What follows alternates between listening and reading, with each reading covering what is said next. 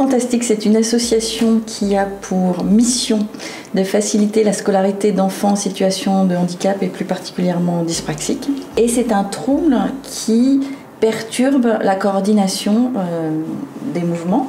Donc c'est des enfants qui vont être gênés dans tous les gestes de la vie de tous les jours, s'habiller, faire ses lacets, couper sa viande, et bien sûr à l'école, parce que un des gestes les plus complexes qu'on apprend aux enfants, c'est l'écriture.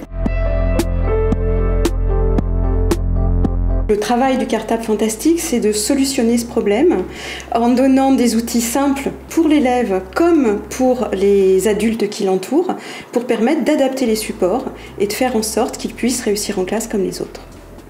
On a donc décidé d'aller vers les enseignants pour leur expliquer un petit peu les soucis qu'avaient ces élèves-là, mais surtout pour leur montrer qu'il y avait des solutions simples qui permettraient à leurs élèves de réussir, ce qui est très important pour un enseignant que son élève réussisse, et que ces outils simples, gratuits, mis à disposition sur notre site, ne prenaient finalement que très peu de temps pour adapter leur support ordinaire.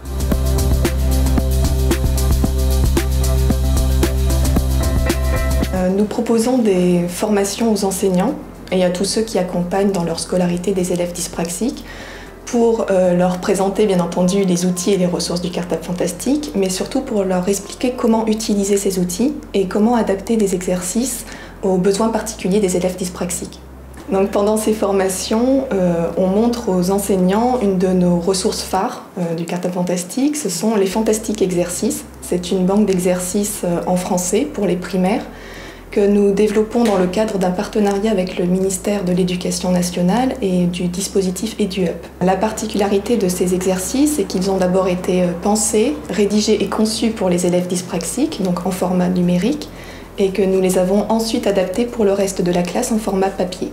Ainsi, en fait, tous les élèves d'une même classe peuvent faire le même exercice au même moment, mais dans des formats adaptés à chacun. Donc ils ont la même consigne, le même objectif pédagogique et surtout la même correction.